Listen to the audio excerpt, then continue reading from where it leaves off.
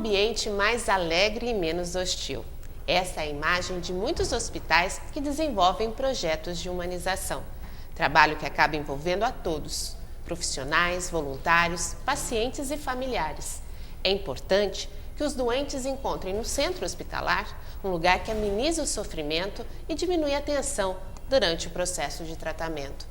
Para falar mais sobre este assunto, o Cidadania em Pauta de hoje recebe a administradora hospitalar e educadora de saúde pública, Marilena Ninomiya. Muito obrigada pela sua presença. Eu que agradeço, né? Vamos começar então explicando o que é a humanização hospitalar. A humanização, ele é um programa, né? É instituído pelo governo federal em 2001, quando José Serra era o ministro da Saúde, portanto, já há quase 10 anos que esse programa existe. E o que se pretende, né? É tentar ter um atendimento hospitalar mais humanizado. E o que é isso? É você ter um atendimento mais carinhoso, mais atencioso, mais acolhedor com o paciente. A senhora poderia, assim, definir durante esses 10 anos, na rede pública mais especificamente, houve mudanças já? A gente pode contar com mudanças? Eu não vou falar assim só da rede pública, porque hoje eu não estou mais na rede pública, né? Mas o que a gente sabe é que nós temos vários hospitais pelo Brasil que implantou esse programa. Na maioria, todos os hospitais foram assim praticamente obrigados a implantar esse programa.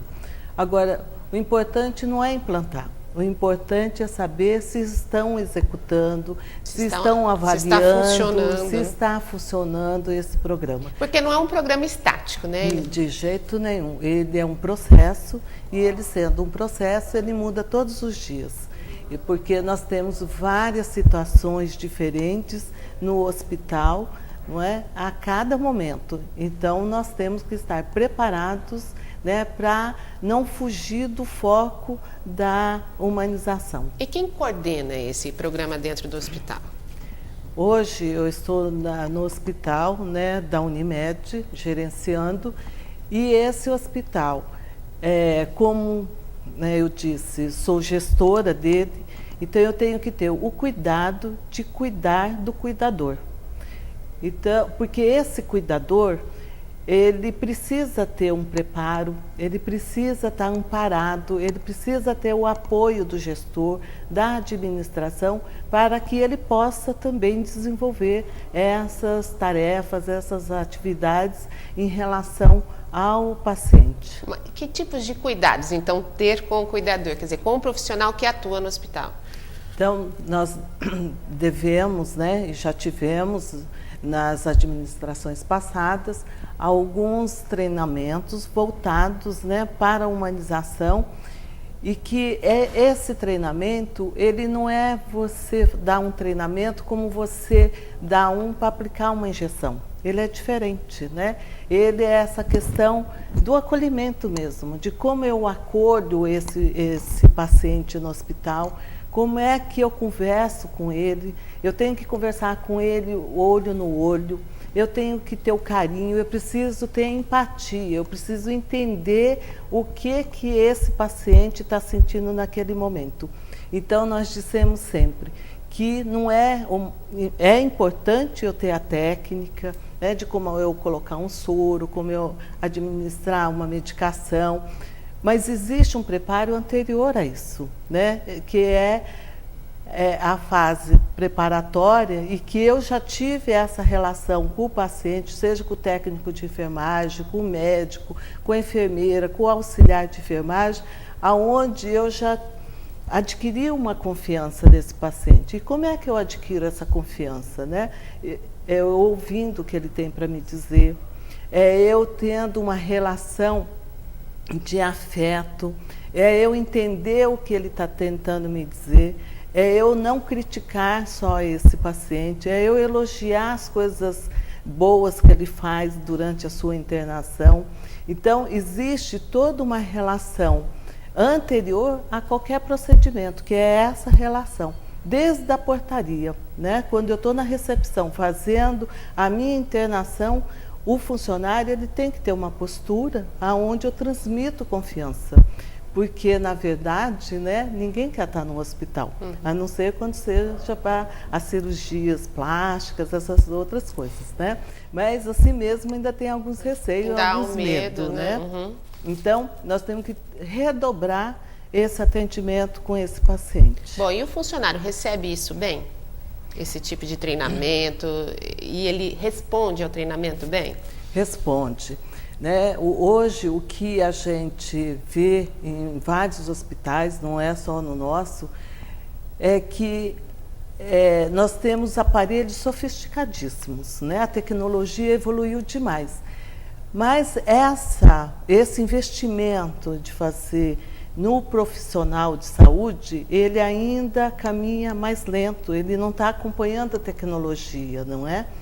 Então, hoje, por exemplo, nos processos de seleção, você quer saber o que ele sabe, ele quer saber a coisa técnica. Nós estamos tentando reverter isso. Nós entendemos que a parte técnica ele aprendeu nos bancos escolares. O que nós queremos saber é qual é a postura. Desde quando como ele senta, como ele conversa com você, como ele trata o outro, né? Essa postura do profissional, eu acho que isso não é só na área hospitalar, mas em todos os outros setores também. A gente imagina que as pessoas que vão para a saúde, que vão trabalhar na saúde, já têm esse perfil, e não é isso na realidade, né? Esse perfil de ajudar, de estar... O dia a dia é muito estressante, né? Tem pessoas que a gente diz que nasceu para aquilo, né? E realmente tem, mas também tem pessoas que elas estão abertas a receber os conhecimentos, estão abertas a dedicar para servir o outro, né? Então, é bem estressante, né? Para quem gosta da área, eu sempre brinco, né? Porque a gente vive ali 8 horas, 24 horas, então a gente tem que fazer aquilo com prazer, né? Ser uma coisa gostosa, saber que eu estou trabalhando, né? Com aquilo que eu quero trabalhar. Porque senão ele é muito estressante, eu não vou tratar bem as pessoas, né? Então, isso a gente hoje está até tentando filtrar isso no nosso processo de seleção. A questão das exigências, quer dizer, de um tratamento melhor com o paciente. Mas e o que o funcionário ganha além disso? Assim, existem projetos para ajudar o funcionário a incentivar esse trabalho dele? Nós entendemos que não é só uma questão salarial, né? Hoje todos nós precisamos do salário para sobreviver. Mas se nós podemos acrescentar mais um pouco nesse salário, a gente tem feito de tudo. Então, nós temos aí, lá no hospital onde eu estou, a gente tenta economizar de um lado, economizar de outro, e fazer uma somatória para dar um investimento para aquele que está investindo na empresa, né? Porque cada vez que eu tenho um melhor atendimento, eu tenho pessoal mais preparado, eu vou ter mais clientes e eu vou ter mais recurso, né? Então, isso é a regra do mercado. Então, se eu puder, né, junto com todos os profissionais, todos os funcionários, toda a diretoria como um todo, né, a gente investir no funcionário com certeza. Bom, né? E na rede pública isso é possível? Eu saí da rede pública, né, mas é possível sim. Nós conhecemos pela imprensa, eu conheço na realidade, também visitando vários hospitais no Brasil, né, porque eu fiquei 8 anos fora de Araçatuba e durante esses 8 anos eu desenvolvi projetos no Brasil todo. E mesmo não muito longe daqui, a gente tem hospitais que têm esse tipo de atendimento, com um atendimento acolhedor, onde o profissional sente, né, essa diferença de outros, desde que essa instituição ela tenha transparência, ela tenha responsabilidade perante a população, é possível sim. Quer dizer que não é uma coisa utópica. De jeito nenhum. É possível. Porque essa questão de você conversar, de você tratar bem o paciente, ele não gasta dinheiro, é só saliva, né? É o seu olhar, é a sua postura, é como você está ali. Eu não estou gastando dinheiro, eu vou gastar o dinheiro antes, né? No preparo desse treinamento, em material, e muitas vezes trazer pessoas, né, atualizadas para que eu possa contribuir, né, em treinamento, em reciclagem, porque isso não é eu dar um treinamento um dia e falar, vocês estão treinados, não é assim, né? E isso é uma educação continuada. Todos os dias nós precisamos estar atentos para essas atitudes dos funcionários. Eu creio que o treinamento também é um incentivo para o funcionário, porque ele percebe que a empresa está preocupada com o rendimento dele, com o que ele representa ali. Nós precisamos investir. Para cobrar, você precisa oferecer. Então, lá na Unimed, nós estamos implantando o plano de cargos e salários, né, aonde esse profissional ele vai ser avaliado em todos os setores, né? Então ele pode crescer na vertical por tempo de serviço, por certificado, por monte, né, de curso que ele faz, como ele também pode crescer na horizontal, né, onde ele vai ter uma melhora salarial. Bom, diante da sua experiência, que já trabalhou em hospitais públicos, isso também pode ser implantado? Com certeza, né? A saúde, né, como diz a própria Constituição, ela é um direito de todos, né? Então não é porque é público e privado que precisa ter a diferença. A diferença é que no público ele já paga, no privado ele já paga um plano de saúde, né? E no público ele também deveria ter o mesmo direito. A saúde é direito de todos. Bom, quem ganha com a humanização do hospital? Eu queria que a senhora me respondesse depois do intervalo. A gente volta já já. Continue ligada.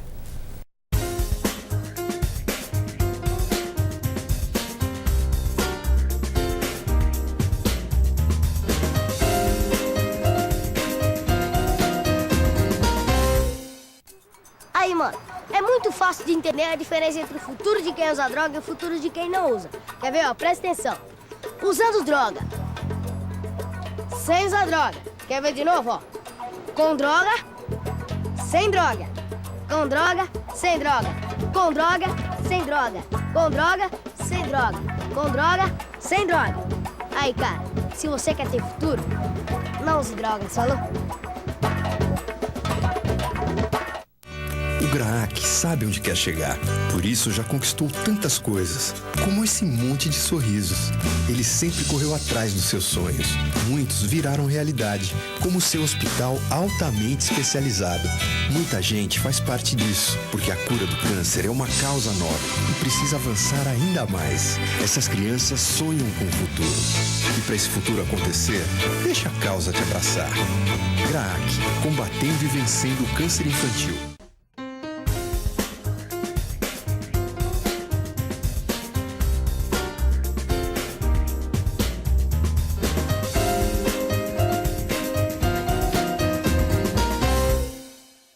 Hoje no programa Cidadania em Pauta, estamos falando sobre a humanização no atendimento hospitalar e a nossa entrevistada é a administradora hospitalar e educadora de saúde pública, Marilena Ninomiya. Bom, a gente terminou o bloco anterior falando da importância, de quem ganharia, né, com essa humanização hospitalar.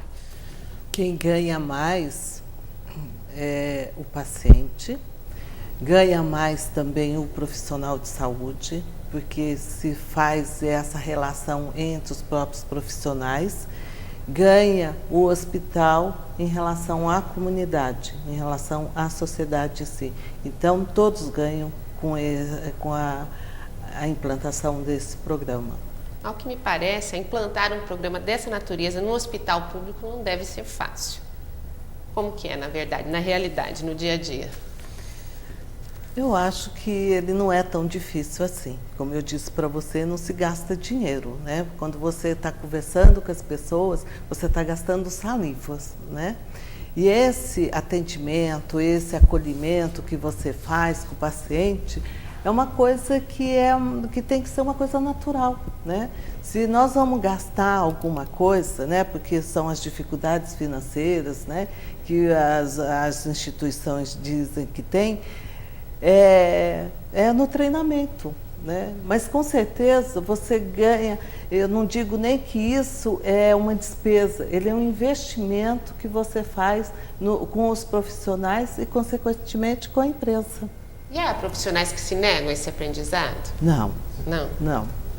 Tem aquele que diz assim para mim: Dona Marilena, eu não gosto de trabalhar aqui. Eu não gosto de lidar com as pessoas. Então, nós temos que respeitar. Tem aquele profissional que ele gosta de trabalhar numa sala, sozinha, quietinho, e ele produz muito mais.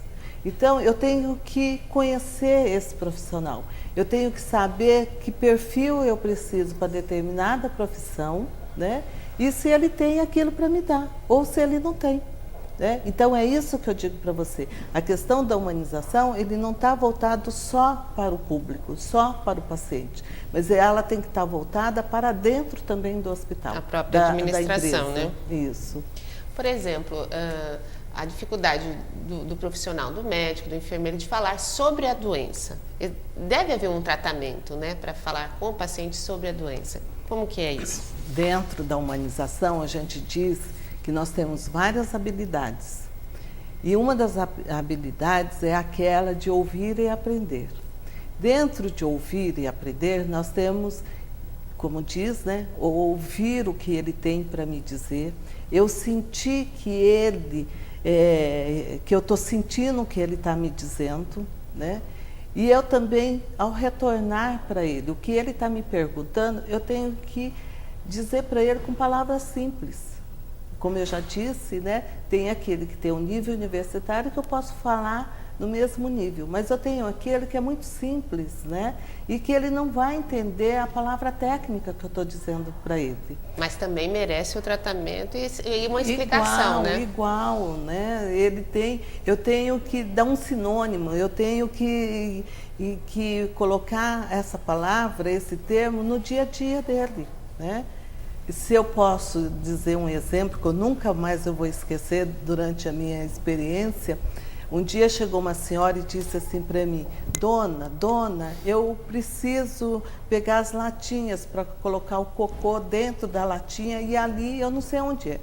Eu, sentada na mesma cadeira, eu disse assim para ela: a senhora sai por aquela calçada, vira e bate naquela porta. Eu estava acabando de chegar da Faculdade de Saúde Pública, né, toda entusiasmada, querendo desenvolver um monte de coisa. Eu fui muito gentil com ela. A senhora vira, faz assim, a senhora chega lá. E aí, no outro dia, aí ela chegou e falou assim: Dona, não tem a latinha, está fechado. Eu falei: não tem problema. A senhora pega uma latinha na casa da senhora, a senhora não tem? A senhora lava bem com água e sabão e a senhora põe o cocô lá dentro e amanhã a senhora me traz. Aí, no outro dia, ela chegou no mesmo horário, porque ela vinha no ônibus escolar da zona rural, e ela trouxe uma lata de cera desse tamanho, e eu disse para ela assim: mas senhora, não precisava ser desse tamanho. Aí ela disse assim: mas aí tem o meu cocô, do meu marido, dos meus 5 filhos. Meu não é? Deus! Então, como é que eu poderia ter feito isso? Você não tinha a menor idade da realidade dela, né? Da realidade noção, dela. Né? Noção da realidade. Então, e ela fez certo. Eu falei assim: não tem problema. Aí o que eu fiz? Eu corri no laboratório e expliquei que a falha foi minha e a gente fez um exame de um pedacinho ali, né? Para dizer para ela o que tinha, para depois ela fazer o processo corretamente, né? Então, a maneira como você fala com as pessoas, isso é muito importante, a gente precisa respeitar, né? E sempre estar valorizando os aspectos positivos que esse paciente faz com você. Bom, no dia a dia de um hospital, até vamos focar agora na rede pública, que às vezes é muitas pessoas, poucos funcionários para atender tudo aquilo, a carga de trabalho muito grande. Esse profissional, ele recebe um tratamento de apoio psicológico? Precisariam, né? Principalmente quem trabalha com os pacientes terminais, né? Que é você trabalhar sobre a dor, trabalhar sobre a perda, não é? E esse profissional ele tem que estar preparado para isso, para trabalhar a família. Porque a gente até agora falou do paciente, mas muitas vezes, em muitas situações, o problema não é o paciente, o problema é a família, não é? Então, você tem que estar preparado para você trabalhar o paciente e a família. Então, se você não tem esse preparo, você tem muita dificuldade. E essa dificuldade te traz o quê? Te traz um estresse, não é? E esse estresse vai te dando falta no serviço, vai te dando licença para tratamento. Então, nós temos que estar preparados também para ajudar esse cuidador, não é? Existe um contato, por exemplo, da administração do hospital com os familiares? Eu, por enquanto, que eu ainda falta profissionais para completar a nossa equipe, eu atendo todos os profissionais. Então, eu estou falando o que eu sinto na pele, né, no dia a dia. Porque o paciente, o usuário, né, do plano de saúde, ele não pode ficar sem uma resposta, não é? Então, eu atendo todos na minha sala. Então, tem dia que eu não faço o trabalho que eu deveria fazer, mas eu preciso atender a todos aqueles que chamam pela administração, porque nós não queremos que nenhum paciente de lá saia sem uma resposta. Tanto é que nós implantamos uma pesquisa dentro do hospital que chama avaliação de qualidade, para que todos tenham a oportunidade, o direito de escrever o que ele sente e as sugestões que ele tem para nos dar. Bom, esse é um direito também de quem utiliza a rede pública, não é? E como o cidadão comum pode fazer isso valer dentro dos hospitais?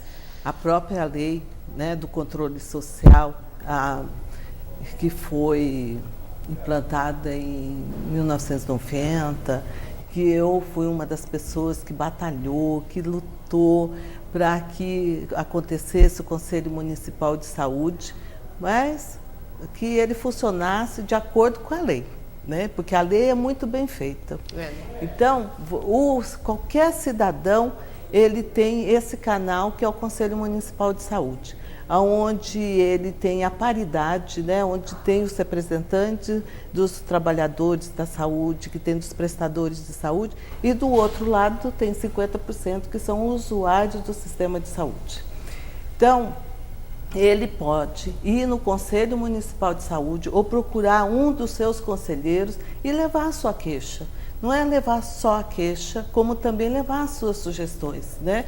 E esse Conselho Municipal, ele tem por obrigação de ouvir toda a comunidade. Ele é representante do povo de Araçatuba. Então, ele precisa ser acolhido, né?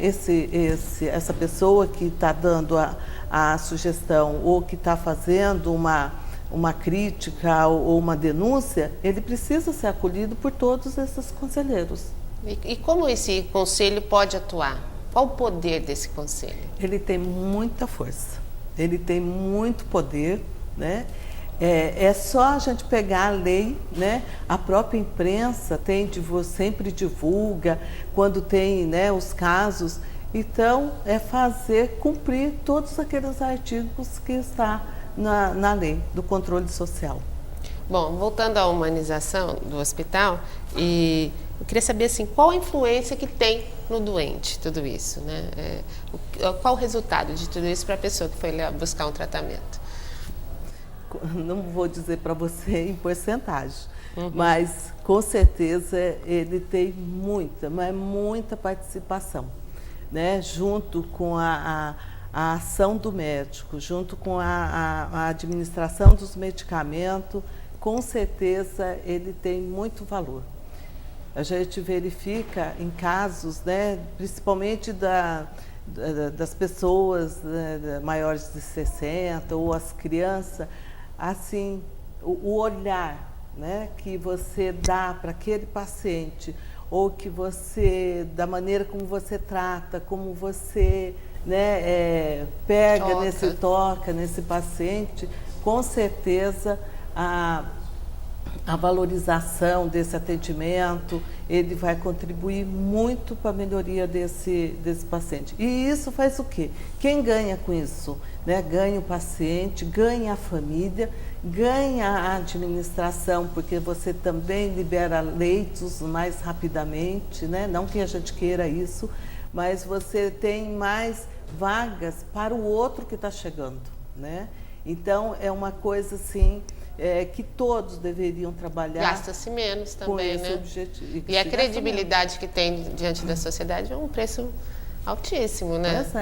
A gente tem que ser conhecido, né? Ser uma referência pela humanização no atendimento, pela qualidade do tratamento médico, pela qualidade do tratamento da enfermagem, né? E não pela desumanização. Bom, né? diante da sua experiência, vamos chegar a uma instituição totalmente desatualizada nesse sentido. É difícil essa implantação ou já consegue ver assim resultados rápidos? Não. Se você conseguir trabalhar esses profissionais, né, hoje, infelizmente, eu já disse aqui, o nosso processo de seleção, você procura saber o conhecimento técnico, né? Isso, se você partir só para esse caminho, vai ser mais difícil. Agora, se você, num processo de seleção, você quer conhecer melhor o seu funcionário, você quer saber esse outro lado subjetivo, que também não é fácil de avaliar, e você ter o como você chegar nesses funcionários, não ser uma imposição, mas que ele seja participativo do processo, com certeza vai ser muito mais rápido a implantação, né? Se você faz um projeto que é onde só você sabe, onde o outro não sabe nada, o outro não pode opinar, ele não está envolvido na situação. Ele é natimorto, né? Então, muitas vezes o profissional ele faz para garantir o emprego dele, né? Então, essa linha de trabalho eu acho que não existe mais, não deveria existir. Então, você tem que trabalhar de uma maneira que é onde você tem a participação, a coparticipação, o que você quiser dar de nome, mas você tem que ouvir o outro, né, que está ali no dia a dia executando aquela tarefa. Então, você tem que ter, não digo que seja humildade, mas você tem que participar junto com o seu profissional. Bom, é o respeito com o profissional, né, e com as pessoas que utilizam, né, a instituição. Eu estou chegando lá, né, eu não sei, eles que sabem, né, e compete a mim fazer a minha avaliação junto com eles. Então... Não, o nosso tempo acabou. Então, eu acho que de importante aqui é saber que o cidadão tem o direito a esse atendimento em qualquer hospital que ele chegue e lutar por isso, não é? Com certeza, né? E espero, né, que isso leve em frente, não só em hospital, mas em qualquer unidade de saúde, em unidade de comércio, em qualquer outro local. E estamos à disposição, né, para contribuir com todos. Tá bom? Muito obrigada pela sua presença mais uma vez. O nosso programa termina aqui. Eu espero você na próxima edição. Até lá.